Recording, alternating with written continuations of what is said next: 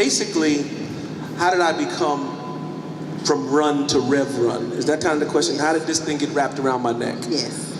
Well, to tell the truth, Run-D.M.C is a group that I helped create with two other guys. One of them passed for, we could turn the mic down a little bit, starting to squeak. Senseless Gun Violence, Jam Master Jay, who was my DJ. We put together the group in 1983. We sold a lot of records and did a lot of stuff. We made, I don't know, maybe sold out 50, 60 million records and kind of pioneered rap music to where it's at today. Put together Def Jam with my brother that ended up having Jay-Z and all these other artists. Rick Ross is on Def Jam now. We kind of created the game after Grandmaster Flash, Melly Mel, and some other rappers came along, but we were the first to get to be on television. We made a record called My Adidas, and that record was the first non-athletic entity that actually sold sneakers. So they was finding out around that time that rap music could sell products.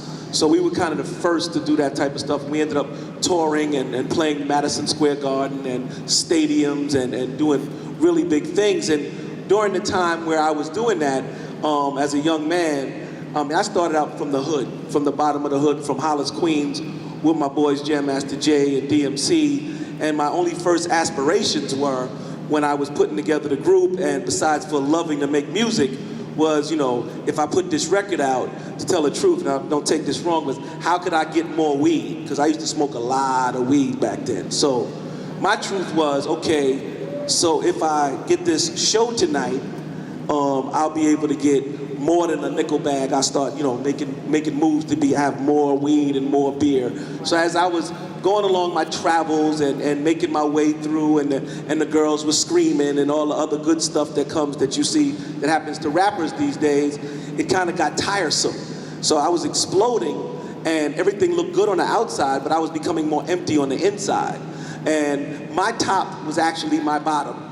So my top was like everybody else's, or at least some of the dudes that run around, their aspirations. How can I get more money? How can I get more chicks? How can I be flyer? How can I get a better car? How can I become the king? So based on that, you know, God gave it to me very quickly. It felt like it just, whatever his reason, I just shot to fame really quick.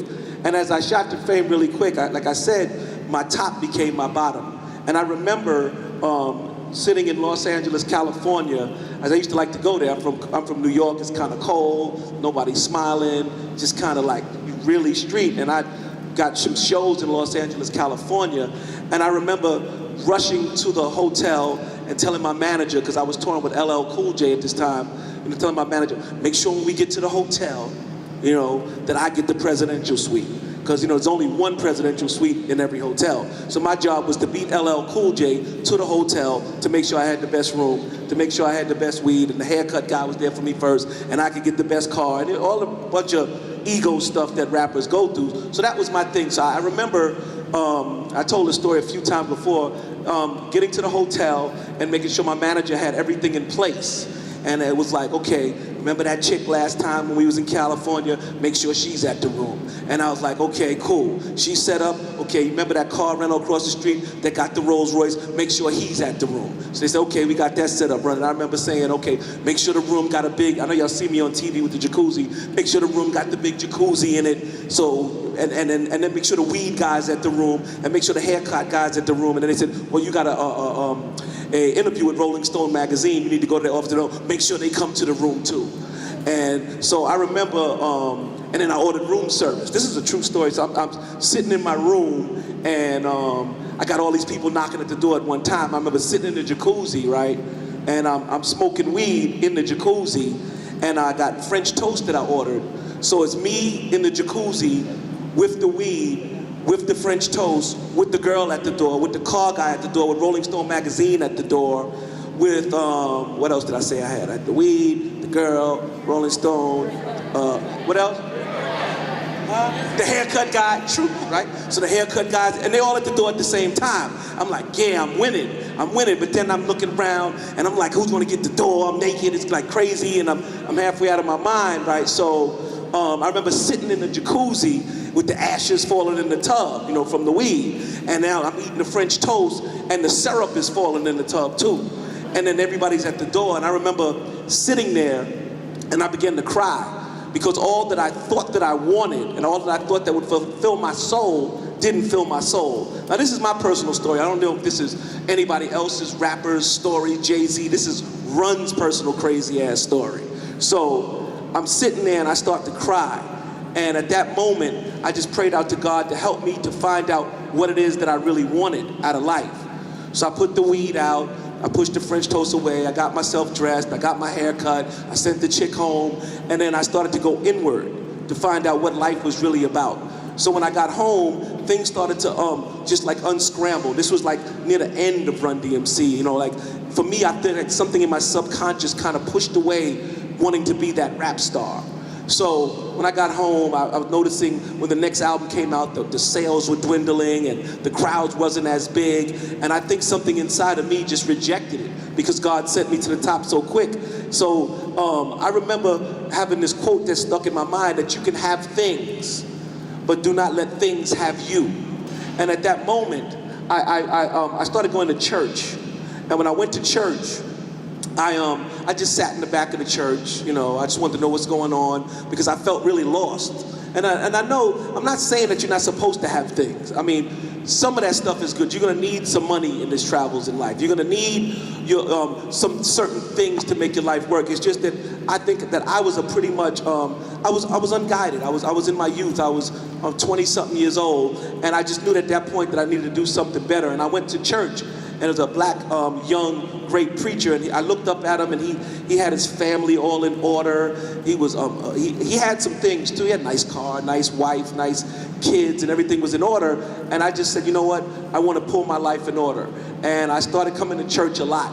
And I went to the store and I was looking for a Bible. You know, I was looking for a Bible, and I went to the store. They had like little green Bible, small burgundy one, medium size, all type of Bibles. But I bought the biggest Bible you could find. You know those big, huge Bibles, like they're not really supposed to be carried to church with Jesus on it, and you kind of move it and Jesus is moving too, like one of those little like psychedelic type Bible things that you see on your mother's thing. Well, anyway, so I had this big Bible I used to carry to church, and I was sitting in on the back row, and I finally worked my way up to the front row, and I told the pastor who I was, and he was like, really?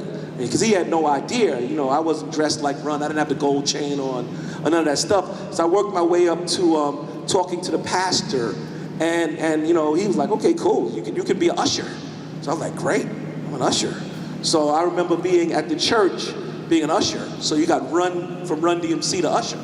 And I remember standing at the back of the church, and an old lady came in with her son, and she was trying to get her son off the streets, away from rap music. And he's like, dude, my grandma, the usher that just sat us down is Run from Run-D.M.C. And she's like, shut up, boy, I told you that's all you think about, that daggone rap music. That ain't no Run-D.M.C. So I'm standing at the back of the church, and he's trying to get into the music and into the church with his grandmother, but he keeps peeking back, and she keeps slapping him across his head, saying that ain't no Run-D.M.C. Keep your mind on Jesus. Jesus is on the pulpit. And he kept looking back and forth, until finally he looked at me one more time, and I winked. And I was like, that's me, Run-D.M.C. You know? So that was cool. And then I remember from there, I did so good at ushering because I was happy. I wanted to be down. I really wanted to be down with church. He made me something called a walking deacon. And I remember, wow, the biggest day of my life. I'm a walking deacon. And then I asked the pastor, what's a walking deacon? He said, still an usher. And I was bragging to my brother Russell Simmons like, yo, Russell, yo, you don't know, man. Check it out. I'm a walking deacon. He's like Scooby-Doo, man. Row. Because a walking deacon. And then I finally, in the black church, many times, you're not gonna just go to church if you're there. You're either gonna be on the choir, you're gonna be a deacon, you're gonna be an usher, you're gonna do something in the black church. So I don't know how this thing got wrapped around my neck. I just kept getting pushed up higher and higher. I went from a usher to a walking deacon to a deacon, and I just kept moving in the church until this thing kind of got wrapped around my neck. And the reason why is because I was so diligent to want to find my life, to regroup my life, to pull myself back together. So that's basically how this thing got wrapped around. It's a long-winded story, but I just wanted to let everybody know what I went through to be here. I don't just come here to speak to you about, you know, you need to get your life together and this is what needs to happen. I just wanted to give you some roots about, the nigga was half crazy before this guy. Wow, thank you. Thank you for You can clap.